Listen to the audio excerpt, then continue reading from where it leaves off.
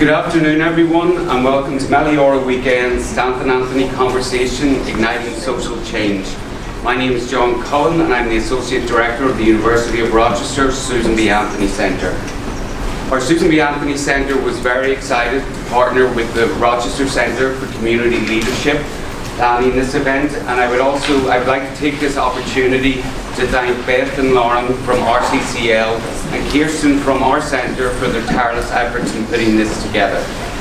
For those of you who don't know much about the Susan B. Anthony Centre, we work to bring awareness and advocate for human rights issues in collaboration with the University, the Greater Rochester, national and international communities. Our focus includes gender equity, gender-based discrimination and violence, LGBTQ issues, addressing racism, working with survivors of interpersonal violence and human trafficking, people with HIV, and the list goes on. We have an undergraduate and graduate student advisory board who help our centre plan social justice events for peers, and they also advise us on student issues, and these issues actually inform our priorities and programming for the year. We have a student ambassador program that connects students with community organisations for volunteer opportunities, and we also offer scholarships for students for international and national studies. We publish resources that help transgender and students from underrepresented backgrounds navigate campus and the university community, and we also are working on a pre-law handbook. Our national work includes a collaboration with the University of Minnesota and Mount Hope Family Centre in the creation of a Child Abuse Maltreatment Studies Centre, and our national work includes a collaboration with the Faith Network in India. Before I finish, I'm going to hand you over to Glenn, but I want to share this quote from Dr. Martin Luther King Jr. "Every step toward the goal of justice requires sacrifice, suffering and struggle, the tireless exertion and passionate concern of dedicated individuals." Thank you, John. I'm Glenn Cersoletti, and I serve as Assistant Dean of Students and Director of the Rochester Center for Community Leadership here at the university. I'm also proud to be an alumnus of the college and blessed to work with this talented team of colleagues in the center. We connect students and faculty with the community in ways that enrich teaching and learning, foster personal growth, and build community. And our programs and initiatives span the realms of civic engagement, community-engaged learning, and leadership development in ways that connect the academic curriculum with experiences far beyond the confines of the classroom or the campus itself. In our results, we place an emphasis on student engagement, but also focus on the benefits to the community and creating systemic change within the university. Our theory of change is grounded in Meliora, making the world ever better. And we believe that community engagement can transform the academic enterprise by changing the way that knowledge is produced and disseminated, and by challenging conventional hierarchical power dynamics. People often think of the ivory tower as the place where knowledge and innovation is created that illuminates the world and that can improve the community and society at large. But we understand community engagement to be mutually beneficial, and that it benefits the teaching, learning, and research outcomes of the university as much as it does the community. When faculty and students come together and collaborate with community partners, they produce knowledge that's more robust and contextualized. Innovation meets experience, idealism is tempered by reality, and the engine of social mobility that we call the university is opened up to address our most pressing social inequalities. Now, we know that this can yield positive results in the short term, but we also know that lasting social change takes place across generations. And we see in the students of today, the leaders of tomorrow, and the parents of future generations of engaged citizens. In this way, our work has a lasting effect. Like the seeds of a dandelion that are born by the winds of time, settle on fertile ground, take root, and sprout to form a field of glorious yellow blossoms that some would call weeds, but we know is a beloved symbol of the university. We're delighted to be hosted this afternoon at the Barbara J. Berger iZone, and as John and I have modeled, we're utilizing the Ignite presentation format, which featured slides that advance automatically every 15 seconds. Each speaker will speak for 5 minutes, and then we'll transition to the next speaker. At the end, you'll have the opportunity to come up and mingle with the speakers and ask any questions you may have. I again want to thank John, Lauren, Beth, and Kirsten for their efforts in coordinating the program, and to thank all of our speakers whom we've chosen for their innovative thinking and their dedication to social change. With that, please join me in welcoming our first speaker, Kit Miller, Director of the M.K. Gandhi Institute for Nonviolence.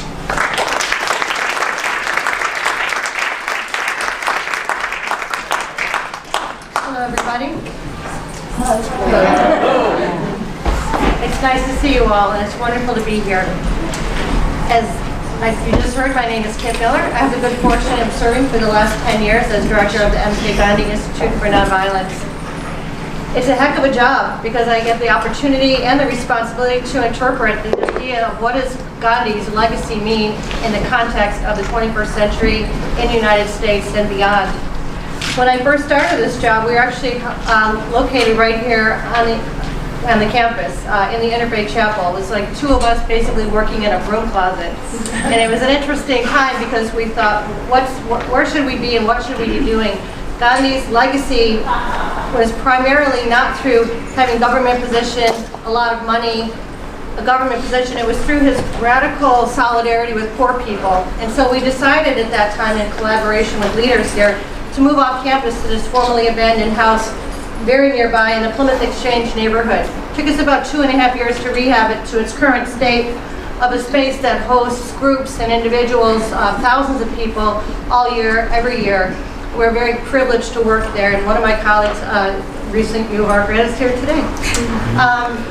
One of the things that we recognize living in that neighborhood is that we're living in a food desert neighborhood, and so one of the things we do is we maintain a 1-acre market garden of organic produce.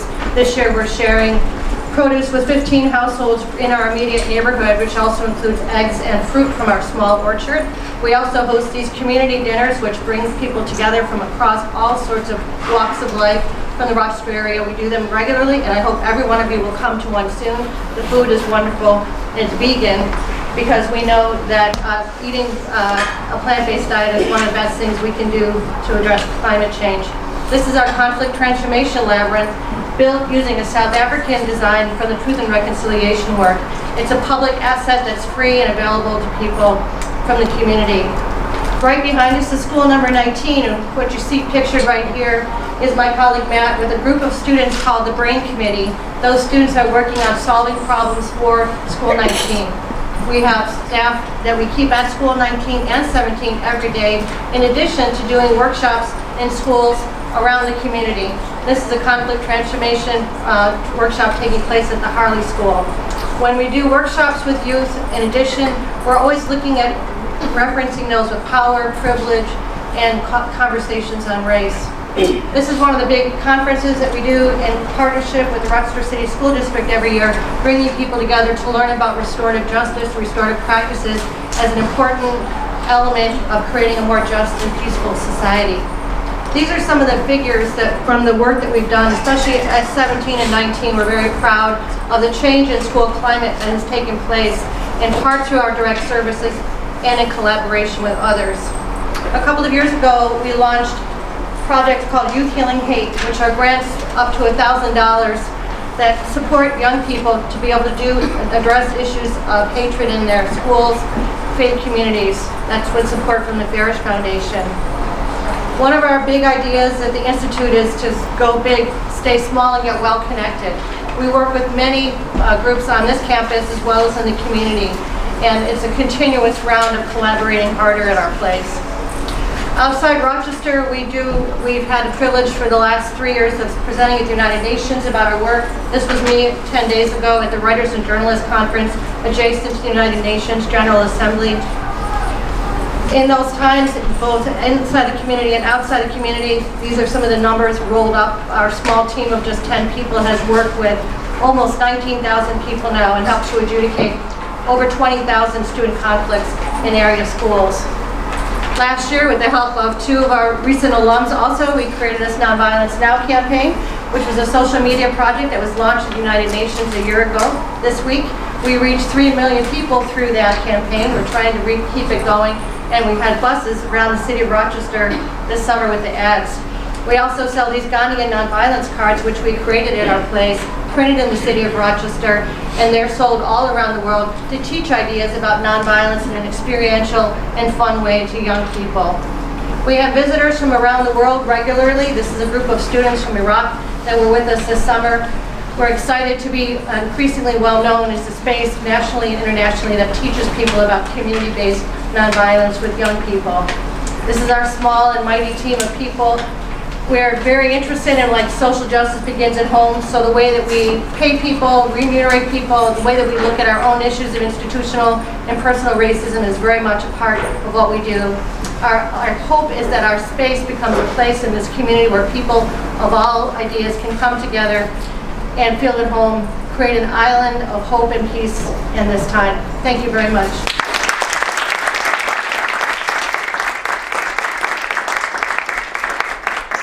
Thank you, kids. Next up, we have Rachel Iaione, who's a senior here at the U of R.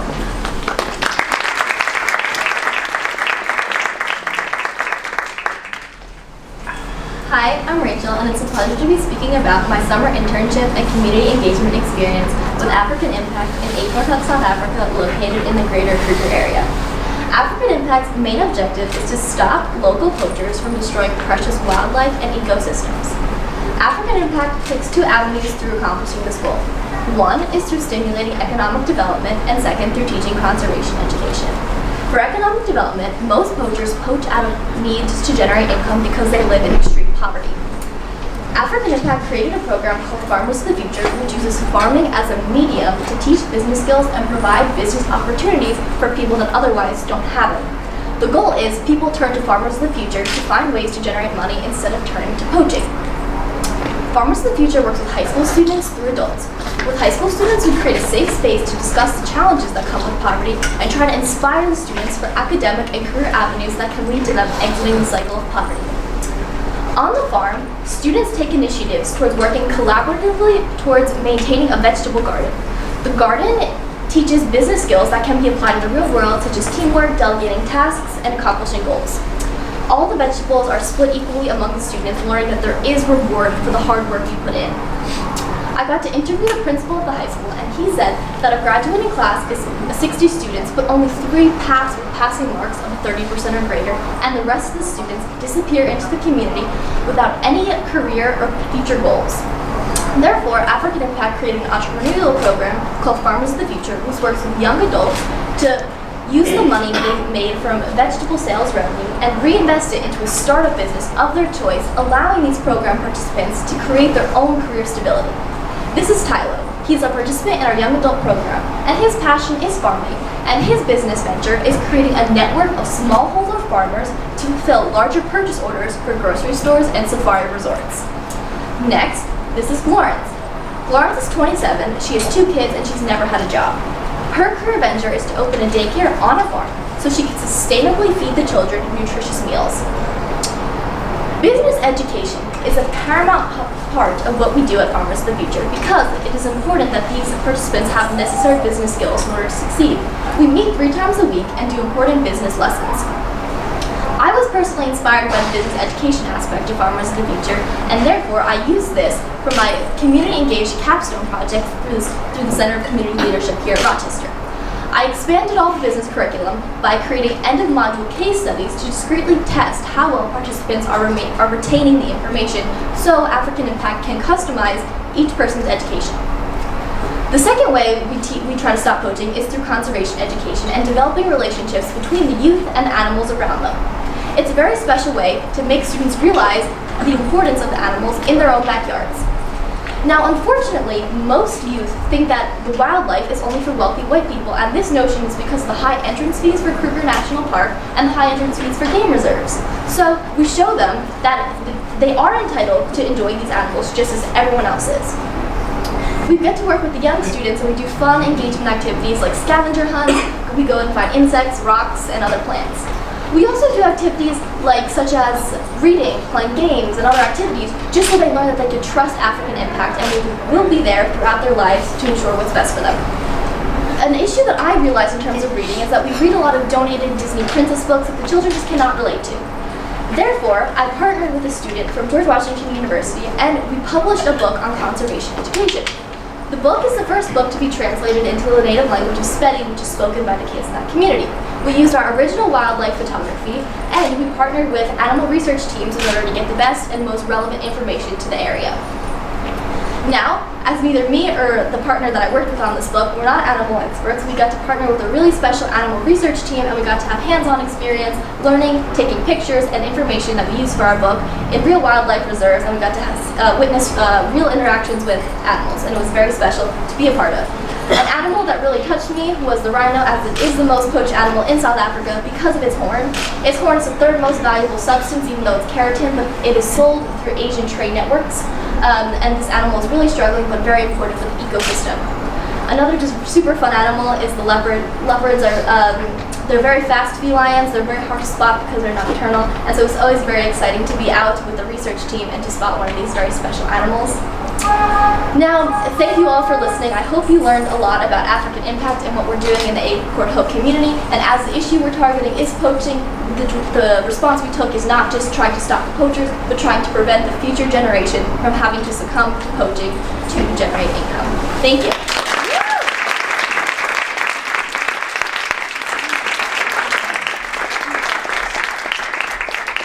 Thank you, Rachel. Our next speaker is Hager Elkhidir, who's a junior student here at the U of R. Hager.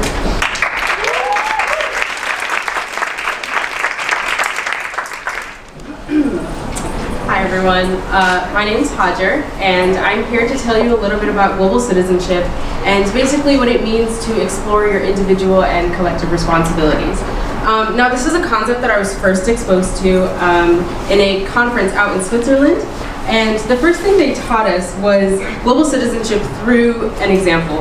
And my example is Davinia James, someone who collected pennies for years of her life to send over 300 girls to school worldwide. And she's someone who identifies not as a member of a state or a nation, but as a member of the human race. And some people look at this and think, well, is this impractical? This is a super utopian belief. And I like to respond and say, well, not really. I mean, when you think about it historically, how does change start if not with a utopian belief? And this is not necessarily a new phenomenon. This is something that can be traced back to the French Revolution and to German philosophers like Immanuel Kant, who've expanded that global citizenship is a fundamental ingredient to our success as humans. And as we might think that we've been super successful and connected via the internet and globalization, we've been more disconnected than ever before. We've been disconnected from our actions, our beliefs, and the world surrounding us. And we've been so disconnected to the point where crises are plaguing every corner of our world today. Currently, there are 50 million refugees and asylum seekers in the world. And I show this example because I want this to be a clear and obvious testament for global citizenship to rise up to the limelight once again, and for us to renew our commitment to its cause and to become modern revolutionaries to the issues and the global issues that we face every day. And I like to answer the question of why. And my why is that as I grew up, I was moving from country to country. I moved from Sudan to Egypt to America. And what I realized is that a lot of these countries are super removed from each other. They don't share their struggles, their challenges, or even their prosperities. And while I grew up to become a citizen of no nation, I've come to realize that global citizenship is not about your passport or your loyalty to a country, but it's about your cultural competence to contribute to the greater good. So one of the first ways is through education, something that is so crucial and central to our daily lives. Incorporating global citizenship as part of the curriculum not only addresses the youth directly, but also creating it part of the norm. And like I said, young citizens are at the heart of education. We are all entitled to an education that equips us with the knowledge, the values, and the skills to become global citizens and to be well equipped to encounter and embrace the challenges that we face every day. And some of the ways that we can do this is simply through workshops, creating collaborative conversations, and starting initiatives. These are all things that we can incorporate into the curriculum today. And it's a way to directly approach to the younger citizens. And the second part to this is civic engagement. Civic engagement is essentially being more in tune with your community, being able to cater to the needs of your community, and just simply being aware of it and taking part in it as a global citizen. And I'll go a little bit more into detail about that, but The UN has made it incredibly easier on you by creating a 2030 agenda that outlines a blueprint for some of the global issues that we face every day, ranging from poverty to climate change to inequality. And while knowing that these issues are correctly identified for you, and knowing that you are all building blocks of global citizenship today, what do you do? Like, how do you become a global citizen? How do you incorporate this into your community? And I like to just start off by making it simple by saying, just think. Think about your community surrounding you. Think about how you can become part of the community problem solving. How do you identify issues that are pretty prominent in your community but are also available, that are also issues in other communities? Some of the ways that you can do this is through volunteering or protesting, or doing something as simple as voting, which doesn't really happen amongst the youth, and taking initiatives like Davinia did. So I guess some of the ways that I've done this is through creating a protest about the Sudan Revolution and international crises. I've registered people to vote. I've engaged in local art and local communities, as well as holding global citizenship awareness events. So I know that it feels very intuitive and like this is something very obvious, and I got on here to tell you to go volunteer and go vote, but it's not something that's reality to a lot of people.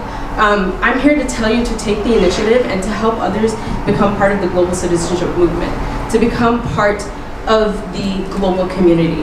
And some of the ways that I like to tell people is through this very cliche statement, which is to think globally and act locally. What that means is to internalize this, to know that you have a civic duty and that you can become part of the whole world's philosophy. So, thank you.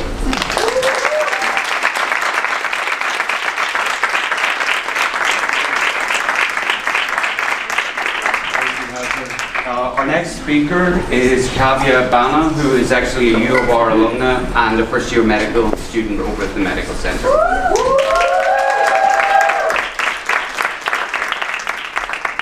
Hi everyone, I'm Kavya. On the left, I'm at the Women's March in Seneca Falls, a place that you would expect the former president of the College Democrats. On the right, I'm at the American Enterprise Institute, a conservative think tank in Washington, D.C.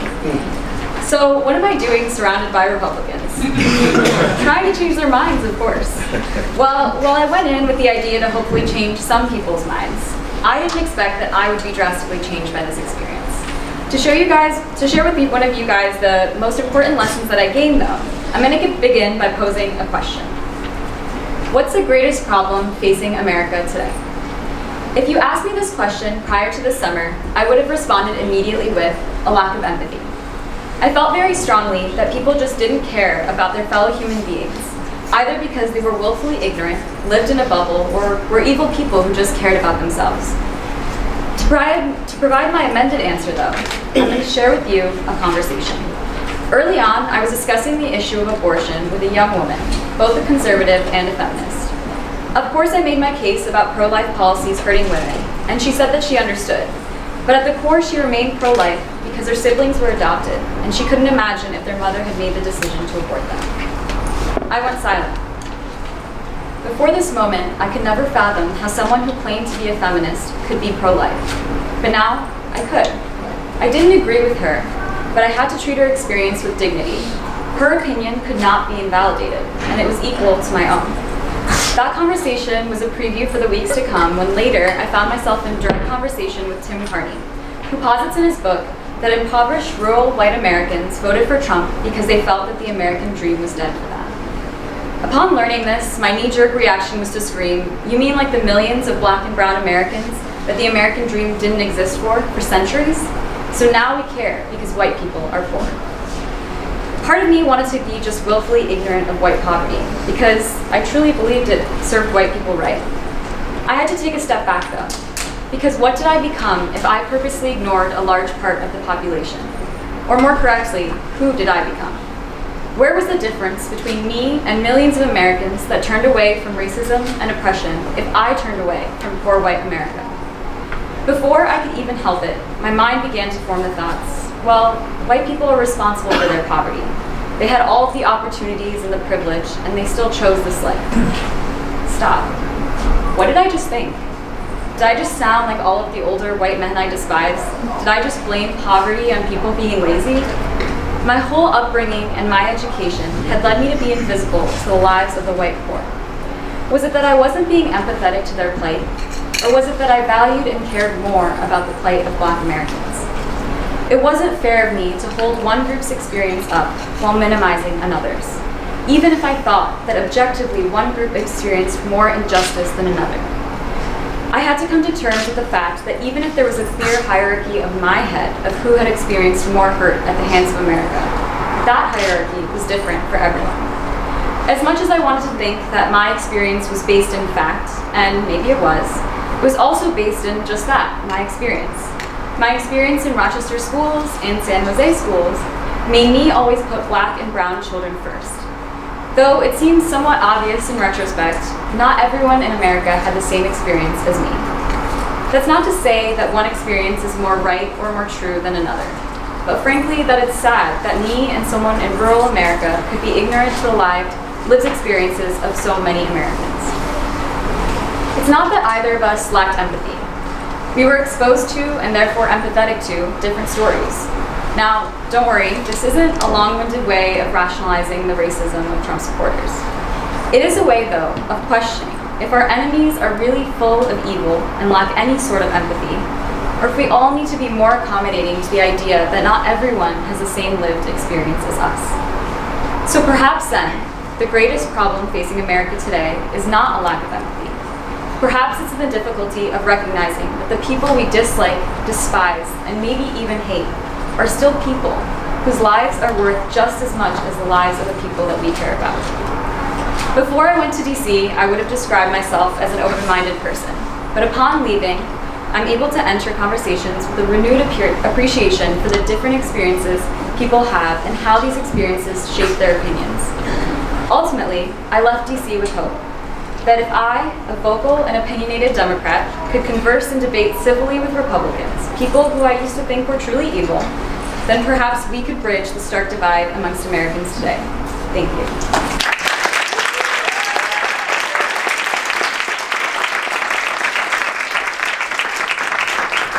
Thank you, Kavya. Please welcome our next speaker, senior undergraduate Sharline Rojo Reyes.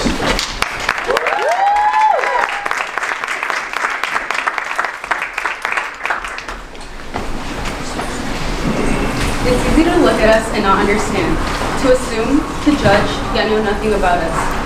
No matter the conversation, whether it's with my family or immigrant community, this phrase is somehow always mentioned, evoking a burning passion within me to solve the broken immigration system in the United States. I'm Sharline Rojo Reyes, and I'm the product of two places I call home: rural New York and the suburbs of Oklahoma City. From our ethnicities in Central and South America toward the Caribbean, to our fine cuisine of bananas, or plantains, beans, and rice. Growing up, I was taught to fear the police, to hide in the shadows, and to attend a Title I school district that was under-resourced and lacked the accommodations for arrival of migrant children like myself. The cruelty of the broken immigration system in the U.S. is something that a lot of people don't understand. It creates economic hardships, food insecurity, and families being ripped apart, including my own family when my father was deported in 2010 back to Mexico. That moment broke us apart for nearly 3 years, but it was the day that I vowed to be an advocate for people and to disrupt the policies tormenting immigrants in the U.S. and across the globe. As a child, I served as my family's interpreter, and soon enough, translating became my specialty. While learning English myself, I was also learning to sign government forms, to translate at parent-teacher conferences, and even to explain medical terms to my parents whenever we went to the doctor's office. These moments made me realize that language barriers are a systemic problem when getting access to basic services, including healthcare, and that's what prompted me to reach out to organizations to help provide better services for immigrants and refugees here in the U.S. During the summer of 2018, I had the opportunity to work with 8 healthcare and social service agencies in the Finger Lakes region here in upstate New York. Typically, they serve about 28,000 people annually, 6,000 of whom are Spanish-speaking farm workers. What people don't really know or realize is that agricultural work is one of the most dangerous occupations. They have a lot of the time, there's a risk for accidents from machinery, poisons, pesticides, overexposure to harsh weather, and even exploitation. Oftentimes, most foreign-born seasonal workers feel discouraged to reach out and ask for help, especially when it comes to health. Why? Because they lack transportation, they don't have health insurance, and there's a cultural and language barrier. Community health tries to make quality healthcare accessible to a population that was once invisible to the system, migrants and their families, including most of them who have children. Community health works with primary care providers to coordinate services for farm workers. For example, they bring clinics to the fields, as well as also connect them with churches, businesses, and other local service agencies in the region. However, there's a large disproportion between non-English speakers and medical providers. Most of the time, a lot of people who are non-English speakers have to wait for an interpreter. This takes a lot of their time that they could be working or even leading to frustration because they feel like they're not being heard. So what I did was lead an effort to find effective methods to recruit frontline staff who had both strong communication skills in English and Spanish in order to build a stronger patient-provider relationship. Some of the recommendations that I found was thanks to the bilingual employees that I was able to interact with, and some of the solutions that I came up with was also like including the wage gap. These solutions were then given to human resource directors to improve the recruitment and the reduction of language barriers.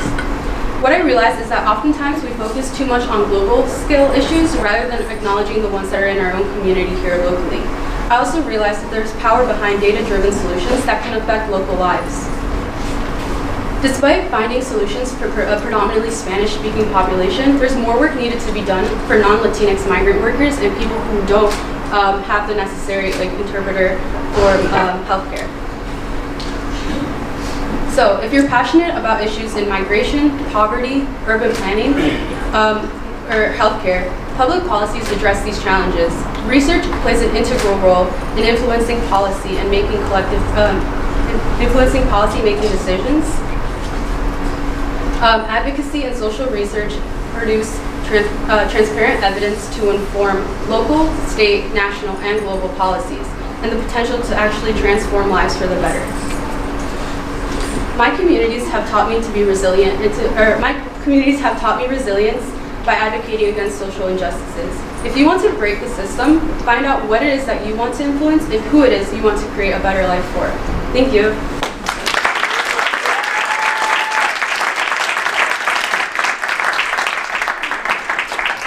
Thank you, Sharline. Our next speaker is Tresne Hernandez, who's a second-year medical student at the Medical Center.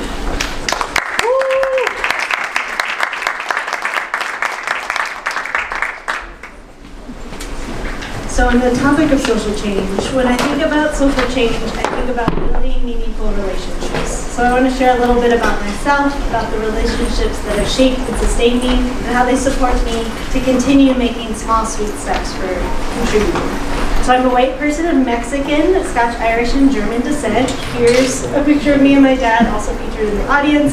My family is from in Mexico. My parents taught me that life's purpose is to be of contribution to other people, and that it is important to speak up against injustices. And as you all know, injustices, there are innumerable ones, some of which have affected my family based on our identities, or myself as a queer and trans person. And I have a lot of privileges in this world, one of which is being a medical student at the University of Rochester. All of these aspects of myself have come together that last summer I was in Tijuana, Mexico, which is across the US-Mexico border in California. So it's really important to me to work with and be a part of Latinx and LGBT communities. So this summer I reached out to various organizations and people I know and said, here are some skills that I have. Here are some resources I have access to, what would be useful. And so I ended up in Tijuana with an organization there. This is a picture of the border from the US side, and the last was a picture of the border from the Mexican side. So I was with an organization that was called Refugee Health Alliance. So that's run by Mexican physicians and midwives, and they partner with US health providers. So it's a cross-border alliance. I miss the people there. So a little bit about the context.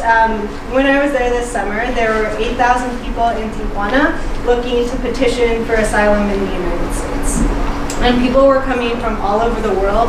There were people from different places in Mexico, people from Guatemala. I met people from Cuba and Ecuador, and I met a lot of people from Cameroon as well. So people who had traveled for months across the ocean or through jungles in order to just make it to Tijuana. And then before being able to enter the US, they had to get a number. So this actually says 2,701, and on that same day, people were getting numbers that were over 3,500. So people would be waiting for 3, 6, 9 months in Tijuana just to be able to cross and petition, go into the hieleras, go into the ice boxes as they're called. Here's one of the shelters with which the organization worked, one of the albergues. And so people would live here while they were in this transition period. And I share this story just to talk a little bit more about what is occurring and to encourage us all to listen more and read more from people who have experienced this. There's a lot of resources online around these subjects. And I wanted to share one experience that I had while I was there. The following pictures are also from near the border wall on the Mexican side of the property. So this was with 2 amazing women who were girlfriends from Guatemala, and we had a great time getting to know each other and laughing and talking. They shared how they had left their home because of violence towards them, because of their sexual orientation. And they were confused about the process of entering the US. How do I do it? Should we get married in Mexico in order to enter? Will we be separated once we get there? And the answer was probably yes.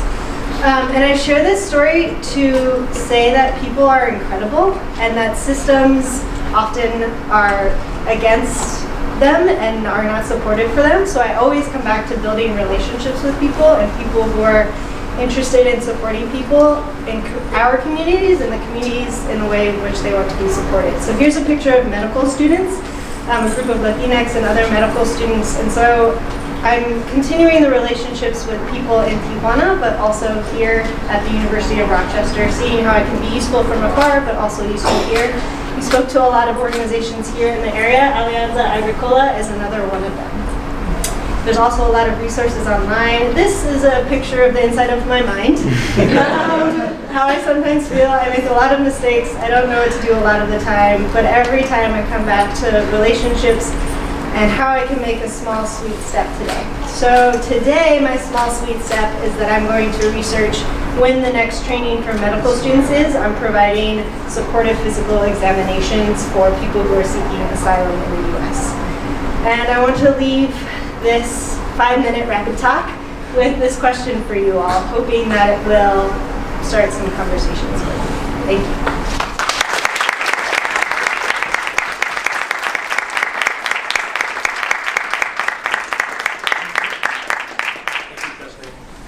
Our next speaker is junior undergraduate Amanda Liang.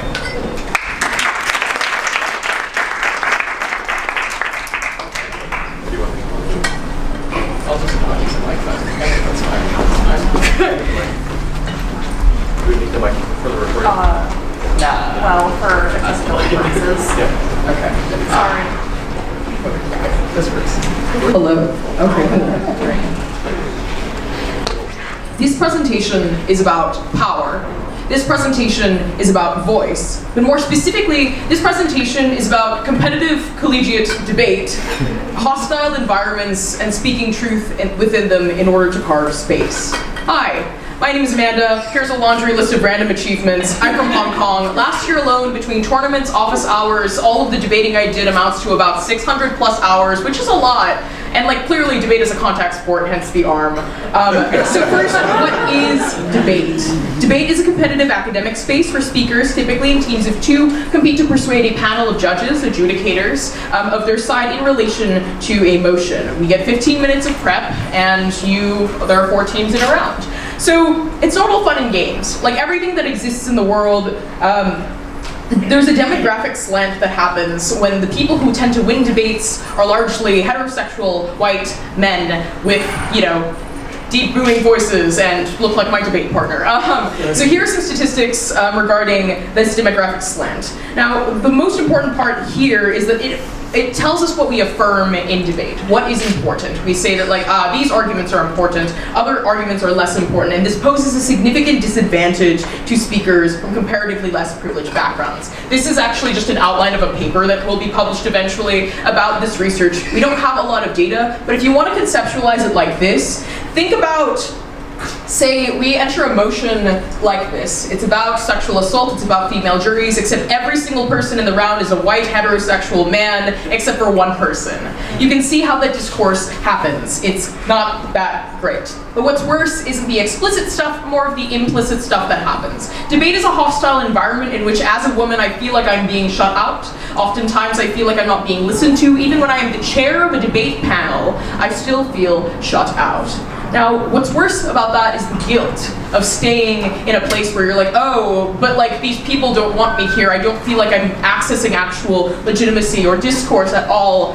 And that's incredibly important. I'm sure a lot of women feel this way in a lot of different spaces. But here's something really interesting that I found. I got the Women of the Year award last year for advocacy and debate. Why? Because some radical lesbian once told me the following slide, which should change imminently. Basically, she told me that sometimes the most powerful thing is to exist in a space that isn't yours. Why is this the case? This is the case because it is reclaiming. Why? Because standing in that space, in of itself, is an act of resistance. And that act of resistance is incredibly important because by being in that space and staying in that space and maybe eventually getting to this final in 2016, I can be an example for women. And I can be an example for queer people of color, that their voices matter, that those voices should be listened to. This is a photo of my first debate partner, or my second debate partner, I guess. We were at the Women and Gender Minorities tournament, and we were quarterfinalists, and I felt like that was probably the best tournament experience that I had. Why? Because I felt listened to, and not only that, I felt like I had a voice. So this is me, angry at some quarterfinal. The reason why I didn't put debate was twofold. The first one is this was the only place I had to access outrage. This was the place where I learned how to rant about things and be passionate and not actually, say sorry for having an opinion, and that's really important. I'm from Hong Kong. Right now our city is in turmoil. I made this art. And for the past month, I've been advocating on the behalf of my people because as we're getting shot in the streets by police officers, I can still speak.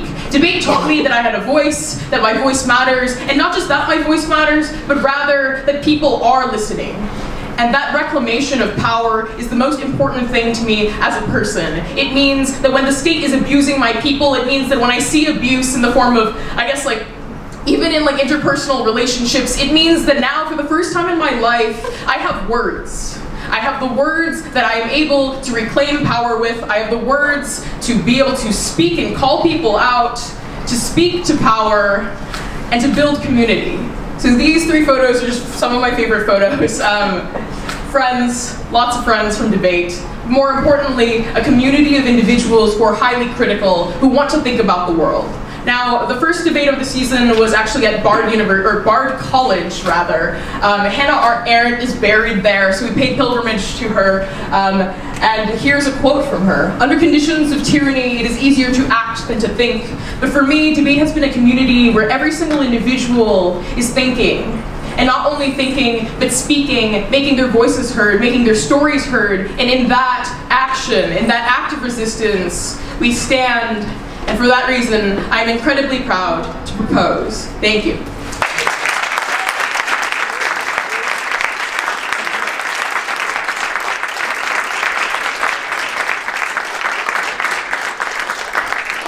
Thank you very much, Amanda. Next up, we have Miles Perry, who is a senior undergraduate.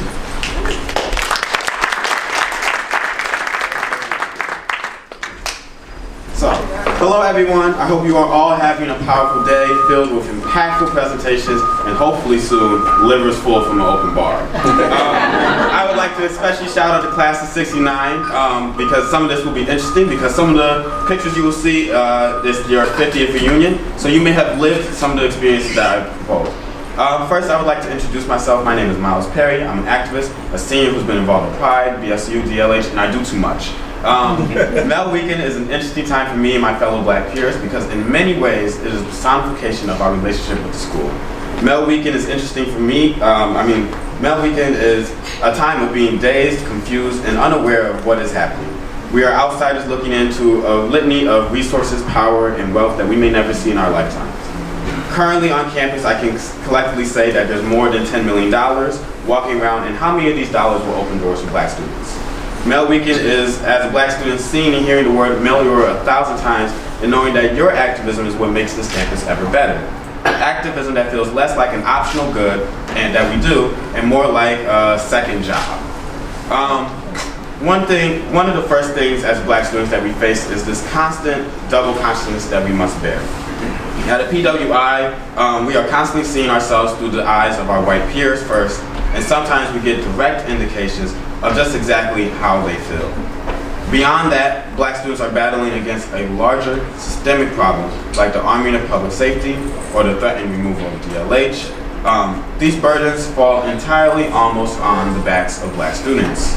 We are our own alarm systems, senators, healers, and defenders in a system that is always against us. To the point that where if you see an email like you will see come across like this, it is an unspoken rule that your attendance is not only required but pertinent to your life.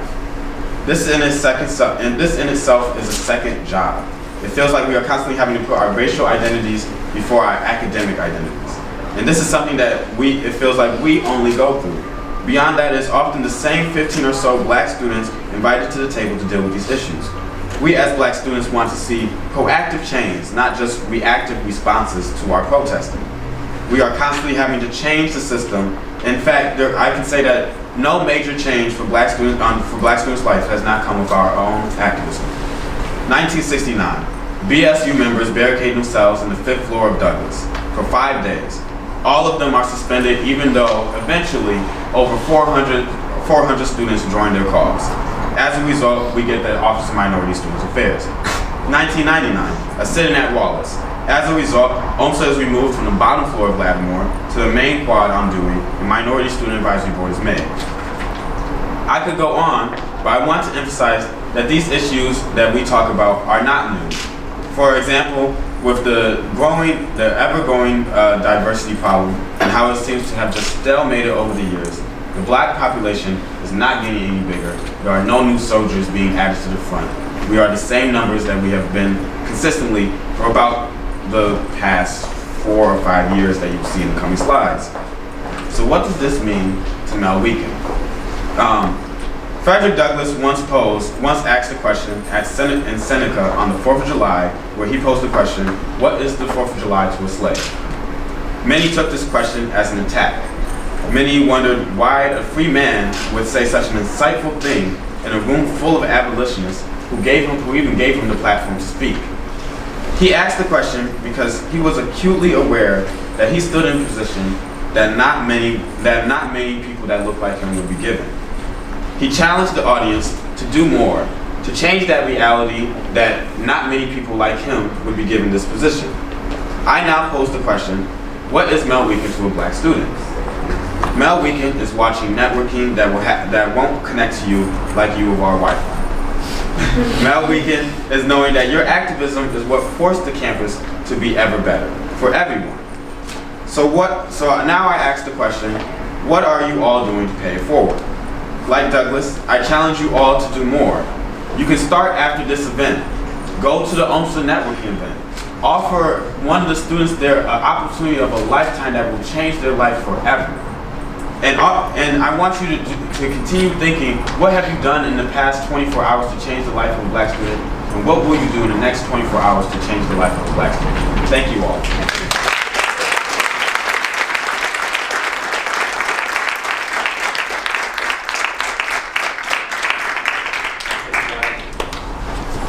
Finally, our last speaker, please welcome Wade Norwood.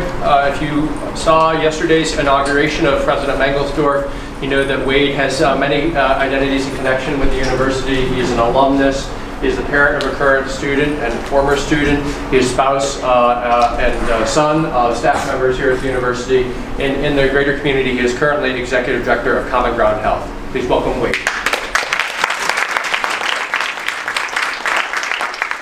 Thank you, and before I begin, I will confess that I live in a spirit of sparking and of ignition, and I never really know what I'm going to say until I say it, but because I'm bound by this format, I'm going to try and be unscripted and hope that this works.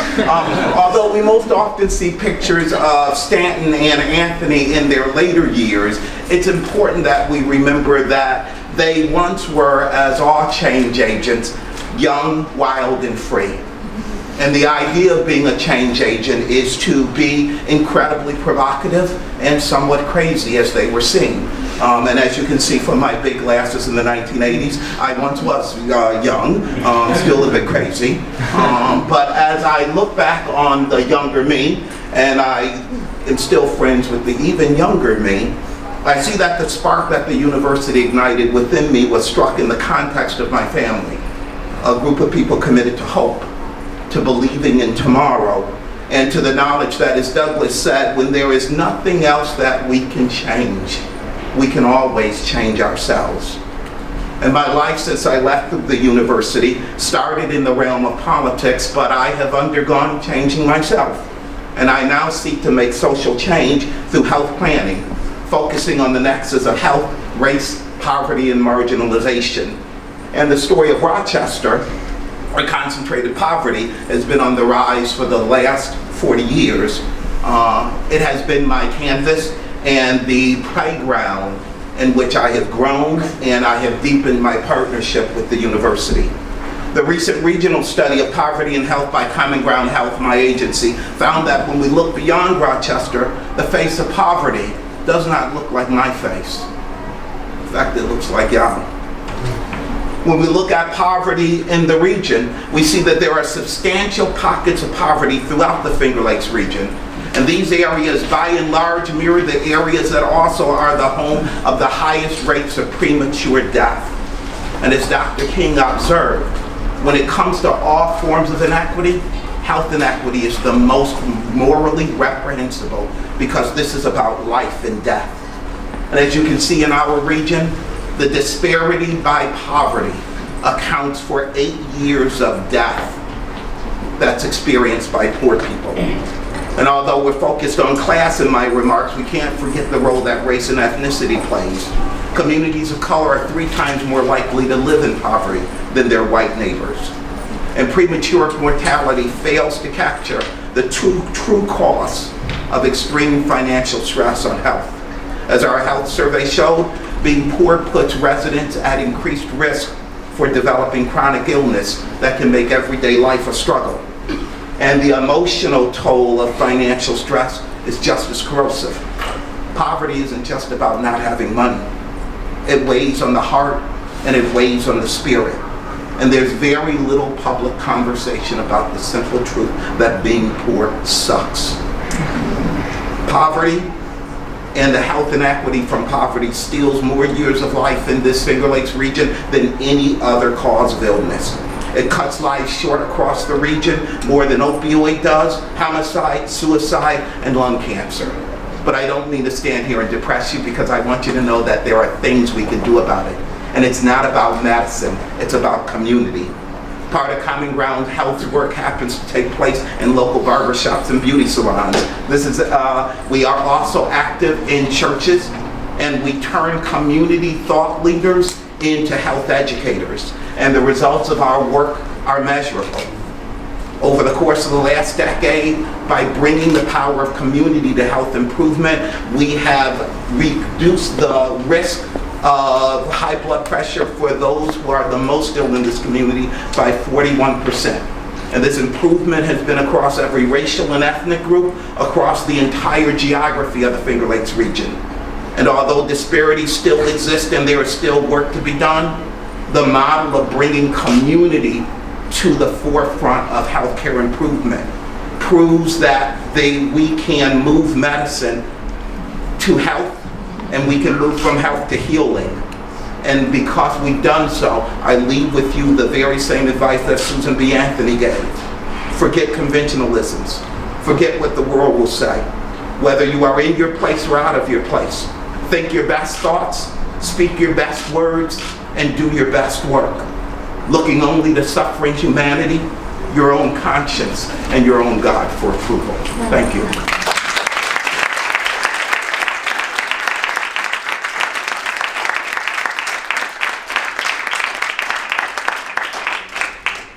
Thank you, Wade, and thank you all for coming.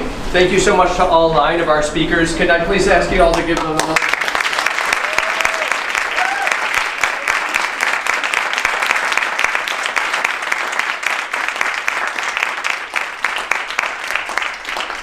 I think the timer is off now, so I don't need to limit myself to 15 seconds, but I can vouch that I know how sort of stressful that can be to be sort of on the clock with that format. So I appreciate you diving in, and I think you all did a terrific job. I invite you all now to stay and enjoy some refreshments out here.